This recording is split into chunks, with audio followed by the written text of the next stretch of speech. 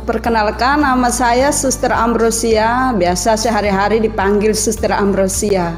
Saya berasal dari Paroki Maria Kusuma Karmel, Bunwaria, Flores, Maumere.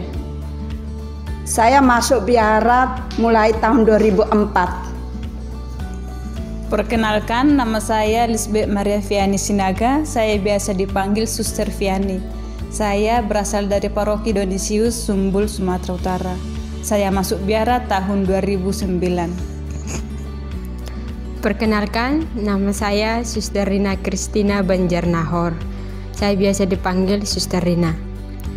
Saya dari Paroki Santo Dionysius. Saya masuk biara tahun 2012. Perkenalkan, nama saya Suster Maria Eufrasia Lydia itu. Saya biasa dipanggil Suster Lydia.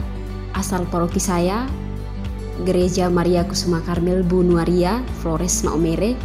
Saya masuk di kongregasi ini tahun 2011.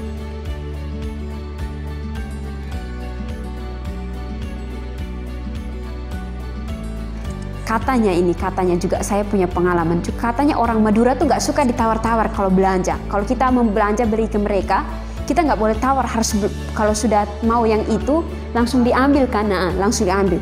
Nah, ternyata itu berbeda sekali. Ketika saya ada di tempat itu, saya sangat terharu.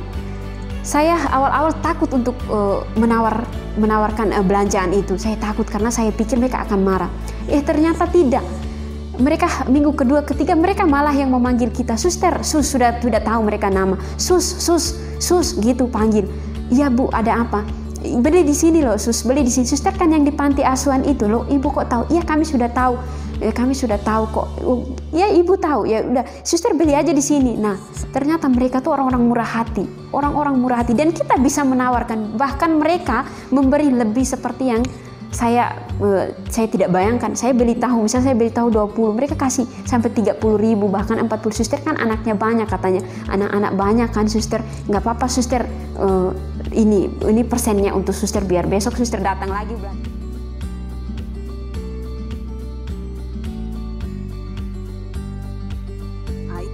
Misalnya ya, saya mau pakai HP itu saya butuh atau karena saya ikut-ikutan, karena teman Suster saya pakai, lalu saya ikut mau pakai juga. Nah, itu juga ya salah satu juga cara kami menghayati kemiskinan. Lalu yang kedua, misalnya kami dalam biara, kami bekerja. Misalnya Suster yang bekerja sebagai guru, bekerja di paroki, bekerja dimanapun, lalu juga berpastoran. Misalnya kami memberi renungan ke lingkungan, Bapak Ibu pasti memberikan kami tips kan, itu ada itu stipendium atau persembahan untuk Tuhan lah istilahnya. Uang yang kami dapat itu bukan untuk diri kami sendiri, kami masukkan ke kantong atau kami buat nomor rekening sendiri, tetapi itu kami serahkan ke komunitas. Kami menikmati bersama. Itu cara kami menghayati kemiskinan kami.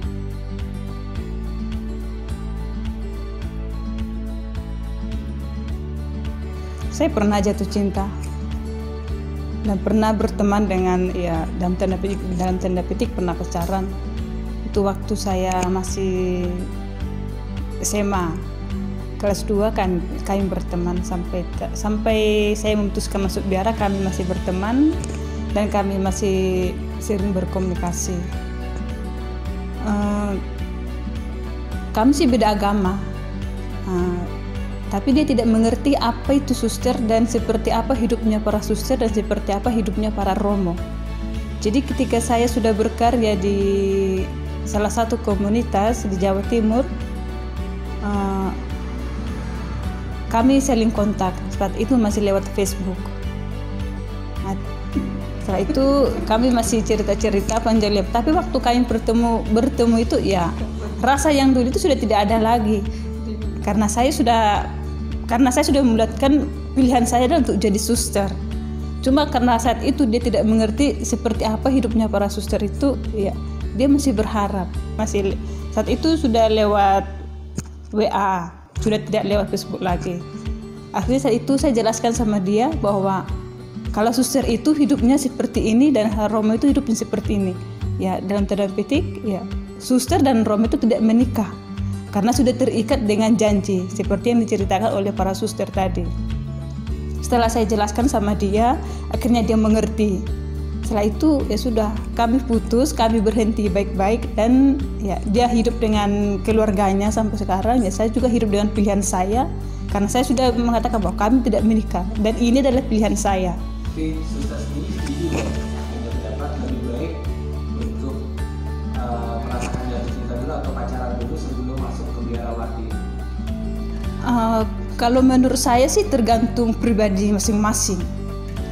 Kalau sudah memang pernah berpacar ya lebih baik, dan kalaupun sudah tidak pernah pacar ya sudah tidak apa-apa. Karena menurut saya ya itu tergantung bagaimana pribadi masing-masing untuk mengolah ataupun untuk menjalani. Kan ada orang ya karena sudah memang cita-citanya sudah mau jadi suster, sudah tidak mau pacaran. Tapi karena sudah mau jadi cita-citanya sudah mau jadi suster, ya sebelum masuk biara mengalami dulu bagaimana pacaran gitu. Jadi untuk menurut saya ya tergantung pribadi sendiri aja.